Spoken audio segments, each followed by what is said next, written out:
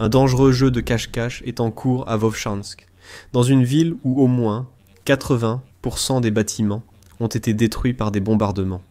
Les forces russes ont dû se cacher profondément sous terre pour échapper aux contre-attaques ukrainiennes. Les Russes se cachent alors qu'ils tentent d'avancer. Cependant, l'Ukraine a mis au point une tactique pour les arrêter net. Les troupes russes pensaient être intouchables sous terre. Elles avaient complètement tort, littéralement.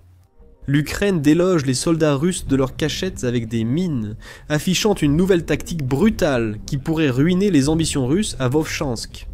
Pour comprendre pourquoi l'Ukraine utilise cette nouvelle tactique, il est important d'en savoir plus sur la situation à Vovchansk. Parmi les villes visées par les forces de Poutine en Ukraine, Vovchansk illustre sans doute le pire de l'artillerie russe. Presque aucun bâtiment n'est encore debout en ville, forçant les soldats à avancer à travers les décombres, tout en espérant que les briques brisées suffiront à leur servir de couverture. Dans une version déformée de la guerre urbaine, la Russie n'a que peu d'intérêt à combattre à l'intérieur des vestiges bombardés d'une ville ukrainienne autrefois fière. À la place, elle utilise un réseau de tunnels et d'égouts profondément enfouis sous Vovchansk pour progresser. Selon Euromaidan Press, dans un rapport du 14 septembre sur la nouvelle tactique des bases de mines ukrainiennes, les conditions auxquelles l'infanterie ukrainienne fait face à Vovchansk dépassent l'endurance humaine. Les positions ennemies sont à quelques mètres du sol, aucun bâtiment n'est intact et sous le béton et l'asphalte, les fortifications et tunnels des occupants sont cachés. Et la réalité pour ces soldats ukrainiens, c'est que l'utilisation des tunnels de Vovchansk par la Russie est loin d'être un phénomène nouveau. En octobre 2024, la Nouvelle Voix d'Ukraine a rapporté que les soldats russes à Vovchansk avaient commencé à utiliser une tactique que l'Ukraine avait déjà observée sur l'ensemble du front, depuis au moins 2023. Au lieu d'affronter les soldats ukrainiens en surface, les troupes russes ont creusé des tunnels et construit des passages souterrains à travers Vovchansk. Grâce à ces tunnels, la Russie peut établir des voies logistiques à travers la ville, gardant ses soldats et fortifiés en tas de surface, bien approvisionnés. La Nouvelle Voix de l'Ukraine précise aussi que ces tunnels permettent aux soldats russes de menacer les positions défensives ukrainiennes, sans même que l'Ukraine sache que les Russes arrivent. Le porte-parole militaire ukrainien, Vladimir Dektaryov, a souligné les défis que l'approche de la Russie posait à l'Ukraine. C'est plus adapté aux combats urbains et suburbains, plutôt qu'aux zones forestières. En effet, il faut reconnaître qu'ils savent creuser. Nos actions offensives montrent ce combien il est difficile de déloger l'ennemi de ces terriers, a déclaré Dektaryov. Et nous devons encore utiliser la force de notre peuple, l'infanterie, pour les déloger de ces terriers. Cette dernière remarque est un point important. L'utilisation des drones par l'Ukraine tout au long de sa guerre avec la Russie est une raison majeure pour laquelle elle a pu se défendre aussi longtemps. Actuellement, les drones sont responsables d'environ 70% des pertes subies par les deux camps, rapporte le New York Times. Évidemment, si l'ennemi est sous terre, les drones aériens sont presque inutiles. Les opérateurs ukrainiens ne peuvent pas tirer sur ou lancer des attaques kamikazes contre des soldats russes qu'ils ne voient pas. C'est un fait dont les troupes russes à Vovchansk profitent depuis presque un an. En mars 2025, la stratégie russe basée sur les tunnels devenait plus claire. Défense Express a relayé ce mois-là les propos d'un membre non identifié du 34e bataillon d'infanterie motorisée ukrainien. S'adressant à un média ukrainien nommé Suspilnya News, le militaire a déclaré « L'ennemi est passé à des opérations souterraines. Ils creusent des tunnels entre les bâtiments où ils ont des positions de tir. Ils essaient également de s'approcher le plus possible de notre infanterie pour lancer soudainement et rapidement des actions offensives actives. » À cela s'ajoute le fait que les occupants russes de Vovchansk se sont également mis à fabriquer leurs propres drones de fortune, qui selon Defense Express sont des copies grossières des drones vampires que l'Ukraine déploie dans la ville. Même si Defense Express ne l'a pas clairement déclaré. Il semble probable que la Russie utilise au minimum les tunnels de Vovchansk pour transporter ses drones. Il est également possible que ces opérateurs déploient à nouveau les drones depuis les tunnels, ce qui rend très difficile pour l'Ukraine de contrer leur opération. En juillet 2025, encore plus d'informations sont apparues sur la façon dont la Russie utilise les tunnels de Vovchansk.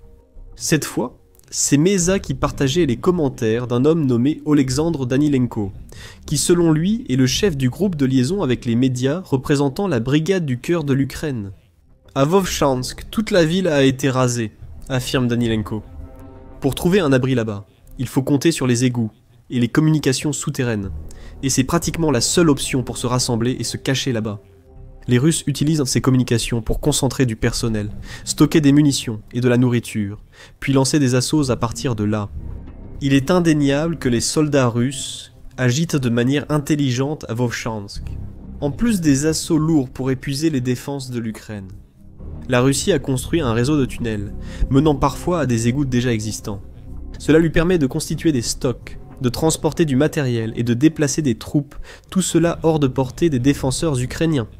C'était le cas pendant la majeure partie du temps où la Russie tentait de prendre Vovchansk, mais ce n'est plus le cas aujourd'hui. Alors que les soldats russes se cachent dans leurs repères souterrains, attendant simplement une occasion de frapper, l'Ukraine a cherché une solution au problème des tunnels. Plus précisément, les membres du 34e bataillon d'infanterie motorisée ukrainien, connu sous le surnom terrifiant de Molos, ont mis au point une stratégie ingénieuse qu'ils utilisent pour débusquer les tunnels russes tout en infligeant la mort aux occupants qui ont réussi à éviter les drones ukrainiens. Les soldats Molos transportent manuellement des mines anti-chars jusqu'aux entrées de tunnels qu'ils trouvent. Mais au lieu de piéger ces entrées avec des mines, rendant la sortie dangereuse pour les soldats russes, Euromaidan Press affirme que les soldats font quelque chose de bien plus dangereux. Les Molos activent les mines et les jettent dans les ouvertures des tunnels, provoquant des explosions qui secouent les tunnels de fortune russes, tout en tuant les soldats assez malchanceux pour être pris dans les déflagrations. Et ce ne sont pas que des suppositions. Il n'y a ici aucun récit exagéré d'exploits militaires qui n'ont jamais eu lieu. Euromaidan Press diffuse des images montrant les Molos appliquer leur nouvelle tactique brutale. Une vidéo publiée sur le compte X du média montre exactement ce que les Molos infligent aux soldats russes retranchés sous terre. La séquence débute par une vue d'un trou au centre des décombres de Vovchansk. En quelques secondes, une paire de soldats ukrainiens s'approche du trou. L'un couvre l'autre, tandis que les soldats inspectent le trou, attendant peut-être des troupes russes. Quand personne ne sort, les images montrent le deuxième soldat soulever une énorme mine anti-char et la jeter dans le trou. Après cela, les deux soldats courent se mettre à l'abri pendant que leurs collègues, hors champ, tirent sur le trou pour empêcher tout soldat russe d'en sortir. Puis il y a une accalmie. Quelques secondes plus tard, après que la caméra ait changé d'angle pour filmer le trou sous un autre point de vue, la mine est finalement déclenchée. Une énorme explosion apparaît, suivie d'images des Wolfhound réutilisant la même astuce. Des trous découverts, des mines lancées, des explosions secouent les tunnels russes. On voit également des soldats ukrainiens utiliser la même technique pour frapper les soldats russes. Ils se réfugient dans les rares bâtiments encore partiellement debout à Vovchansk. Maintenant, il n'est pas clair d'après ces images comment exactement ces mines anti-chars sont déclenchées. Comme leur nom l'indique, ces mines sont conçues pour exploser lorsque des véhicules lourds roulent dessus. Donc, le fait qu'une personne marche dessus ne devrait pas suffire à les déclencher. Pourtant, il arrive fréquemment qu'une personne déclenche une mine anti-char. Cependant, l'Ukraine ne voudra pas prendre le risque d'une situation incertaine lorsqu'il s'agit de l'explosion de ces mines. Il est également clair que les mines n'explosent pas lorsqu'elles atterrissent après avoir été lâchées dans un trou. Si les soldats Wolfhound faisaient cela, ils seraient touchés par l'explosion des mines. Un détonateur à distance est-il utilisé? Un dispositif permettant aux soldats ukrainiens de placer manuellement des mines anti-chars et de se mettre à l'abri avant de les faire exploser à distance. Mais Euromaidan Press ne le précise pas. Il semble probable qu'un dispositif de détonation à distance soit utilisé, ne serait-ce que pour rendre la nouvelle tactique Wolfhound viable. De plus, la détonation à distance rend presque impossible pour les soldats russes de désamorcer la mine avant qu'elle n'explose. Ce qui est évident ici, c'est une nouvelle technique que l'Ukraine peut utiliser pour potentiellement faire s'effondrer les tunnels construits sous Vovchansk, en bouchant leurs sorties et leurs entrées au passage. Et bien qu'aucun d'essai russe n'ait encore été confirmé, il est possible que des soldats soient pris dans ces explosions ou, à défaut, se retrouvent piégés dans leurs tunnels par des débris. C'est une stratégie qui défie la mort, et les images révèlent que les Wolfhounds ont perfectionné leur technique collective à la perfection. Cela ne devrait surprendre personne qui a entendu parler des exploits de ce bataillon. Il est juste de dire que les Wolfhounds sont l'une des principales raisons pour lesquelles la Russie n'a pas encore réussi à prendre Vovchansk. Leur défense des vestiges d'une ville qui ne retrouvera peut-être jamais sa beauté d'antan a été à la fois brutale et efficace. Par exemple, Ukraine Today a publié un article en mai révélant que les Wolfhounds avaient éliminé plus de 500 soldats russes au cours des 4 premiers mois de 2025 tous à Vovchansk. La plupart de ces soldats sont ceux qui ont eu la malchance d'être sortis des tunnels. Ainsi, ils peuvent participer aux assauts de chair dont Poutine est si friand. Dans cette vidéo, il a été noté que les tunnels souterrains russes étaient une stratégie efficace permettant aux forces de Poutine d'éviter un affrontement direct avec les défenseurs ukrainiens. Cette hypothèse n'est plus valable. Il semble que même avec les tunnels en jeu, les Wolfhounds doivent repousser de nombreuses attaques de chair à canon de la Russie. C'est ce qu'a révélé aujourd'hui à l'Ukraine un commandant du bataillon Wolfhound, surnommé Fartovy par les médias. Il affirme que les attaques répétées de chair à canon russe rendant souvent inefficace toute stratégie que pourraient offrir les tunnels souterrains de Vovchansk. Je pense que c'est leur tactique délibérée, dit le commandant. Par exemple, il y a 3 combattants assis à notre position. Ils foncent. Le premier est mort, le deuxième est mort, et ils continuent là comme ça. En supposant que Katsad finira par arriver et sauter dedans, il y a toujours des tirs et des grenades. Les combattants commencent à s'épuiser. Le compte X officiel des Wolfhounds est également une mine d'informations sur ce que le bataillon fait pour protéger les vestiges de Vovchansk. Une vidéo partagée en août révèle que le bataillon a trouvé des moyens d'utiliser des drones pour détruire les entrées des tunnels souterrains russes, de la même manière qu'il utilise des mines. Ces drones ne délivrent peut-être pas le même niveau de puissance explosive, mais ils sont efficaces lorsqu'il y a des fissures et des trous dans lesquels ils peuvent s'engouffrer. Les Wolfhounds font également partie des nombreux bataillons ukrainiens, qui révèlent comment Poutine compte sur des soldats étrangers pour son invasion. En juillet, le bataillon a révélé qu'il avait capturé un mercenaire chinois combattant dans les ruines de Vovchansk. Ce mercenaire, que les Wolfhounds affirment avoir 2 enfants et une femme enceinte qui l'attendent chez lui, combattait pour l'argent de Poutine avant d'être placé en détention. Ce bataillon est dangereux, innovant. Et si l'on en juge par le fait que ces soldats jettent désormais des mines anti-chars dans les cachettes russes, ces membres sont des défenseurs intrépides qui feront tout ce qu'il faut pour s'assurer que les forces russes d'occupation paient pour ce qu'elles ont fait.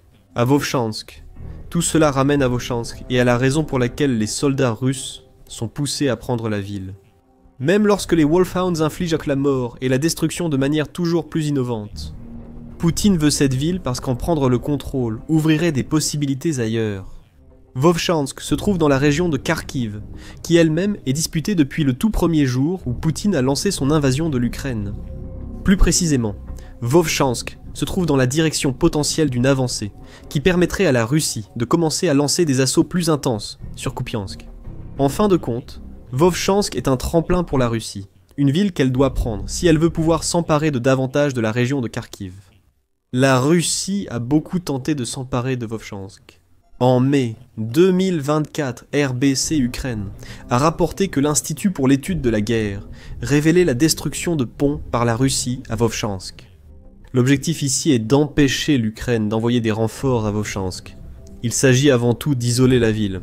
Seulement, la Russie n'avait pas réalisé que les Wolfhounds, déjà présents à Vovchansk, opposeraient une résistance aussi farouche.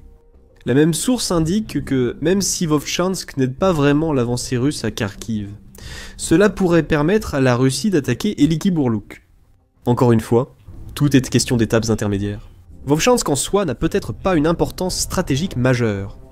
Cependant, les régions que la Russie pourrait atteindre si elle s'empare de la ville font que l'Ukraine ne peut pas céder Vovchansk. Si elle agit ainsi, cela permettra des attaques russes et la prise de localités stratégiques à Kharkiv. Vovchansk a aussi une importance symbolique pour l'Ukraine, sa défense ayant ralenti l'élan russe dans la région de Kharkiv. Novaya Gazeta explique, en déclarant en mai 2024 que la Russie avait connu un certain succès à Kharkiv, jusqu'à ce que Vovchansk devienne un mur de briques. Elle a cité Oleksandr Moussienko, chef du centre de recherche juridique militaire de Kiev, affirmant que les soldats russes étaient grisés par le succès. Après avoir capturé plusieurs petites localités en direction de Vovchansk. Cependant, Une puissante résistance ukrainienne menée par les Wolfhounds a brisé les espoirs russes d'une offensive rapide, les forçant à stopper leur avancée près de Vovchansk. Le média indique que Vovchansk, bien qu'ayant été rasé, est presque devenu un symbole d'espoir pour l'Ukraine. Après tout, si la Russie peut être retenue dans les ruines d'une ville qui aurait déjà dû être envahie, avec ses tunnels souterrains, l'Ukraine pourra causer de sérieux dégâts ailleurs à l'avenir. Plus Vovchansk est tenu longtemps, plus de soldats russes meurent, et plus longtemps Kharkiv reste hors des mains de la Russie. Et en parlant de Kharkiv, tout ce que les soldats ukrainiens peuvent faire à Vovchansk, y compris jeter des mines anti-chars dans les tunnels russes, contribue à la défense de cette région. Comme Vovchansk, la Russie a de nombreuses raisons de vouloir Kharkiv. Il y a d'abord l'aspect symbolique. En mai 2024, Deutsche Welle a expliqué que Kharkiv est l'une des villes les plus importantes dans la guerre en Ukraine. Non seulement pour son utilité stratégique, mais aussi car la perte de cette ville éponyme serait un coup symbolique majeur pour l'Ukraine. Kharkiv a accueilli de nombreux écrivains et poètes ukrainiens, du mouvement appelé la Renaissance exécutée, qui ont créé d'importantes œuvres littéraires malgré la persécution du dirigeant soviétique Iosif Staline. Pendant l'ère soviétique, Kharkiv est devenu un centre majeur ukrainien de l'industrie, du transport et de la science, selon Deutsche Welle. L'Institut d'aviation de Kharkiv a été le premier établissement éducatif de ce type en Ukraine. Et la ville abrite plusieurs universités nationales dans les domaines du droit et de la radioélectronique. Pour faire simple, Kharkiv est une ville très importante pour l'Ukraine. C'est là que la rébellion contre l'ancienne Union soviétique a commencé. C'est aussi un lieu où se sont formés des esprits brillants de l'histoire ukrainienne. Permettre à la Russie de prendre la ville, ce qui équivaut à prendre l'oblast de Kharkiv, pourrait potentiellement ruiner toute cette histoire. Pour beaucoup en Ukraine, Kharkiv doit être protégé pour préserver son héritage, ainsi que pour refuser à la Russie l'importance stratégique de la région. Sur le plan stratégique, la Russie veut Kharkiv en raison de son statut de région frontalière. En mai 2024, The Guardian a révélé que Vladimir Poutine avait affirmé 2 mois plus tôt qu'une zone tampon à Kharkiv était nécessaire pour protéger la Russie des incursions. La Russie allait ensuite subir l'une de ces incursions, bien qu'elle soit venue de l'oblast de Soumy vers la région de Koursk. Cela ne fait que renforcer le point de vue de Poutine. Koursk a représenté une humiliation massive pour la Russie. Notamment car la prise de territoire par l'Ukraine dans cette région marquait la première fois qu'une force envahissait une partie de la Fédération de Russie depuis la Seconde Guerre mondiale. Transformer Kharkiv en région frontalière empêche l'Ukraine de contre-attaquer depuis cette direction. Bien sûr, la Russie pourrait également utiliser Kharkiv, ainsi que Vovchansk, pour lancer des assauts dans d'autres directions une fois qu'ils seront capturés. La protection de la mère patrie reste l'objectif principal de Poutine avec Kharkiv. Et l'Ukraine fait tout ce qu'elle peut pour empêcher la Russie de créer la zone tampon qu'elle désire tant. Le Guardian affirme que Vovchansk jouerait un rôle essentiel dans la création d'une telle zone tampon. Si la Russie sécurise des positions à Vovchansk et à Lipsy, où les habitants ont déjà fui à bord de vannes d'évacuation après avoir subi des attaques soutenues d'artillerie et de drones, elle disposera d'une base solide pour lancer des attaques d'artillerie sur la ville de Kharkiv. Selon The Outlook, Kharkiv doit rester sous contrôle ukrainien, au moins jusqu'à ce que la Russie ne puisse plus revendiquer complètement la région. Vovchansk est essentiel dans la stratégie ukrainienne, ramenant aux membres du bataillon Wolfhound qui livrent des mines anti-chars dans les tunnels russes. Cette tactique défie la mort, certains diraient même qu'elle est téméraire, mais comme le montrent les images, c'est une tactique qui a fonctionné à maintes reprises. Et si l'on demandait à un membre du bataillon Wolfhound si ce qu'ils font en vaut la peine pour protéger Vovchansk, il y a de fortes chances qu'ils répondent oui. Même si cela implique de poser manuellement des mines extrêmement puissantes dans les tunnels.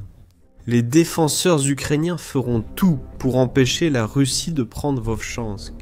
L'échec de la Russie à progresser à Vovchansk s'est reflété ailleurs en Ukraine au cours des derniers mois.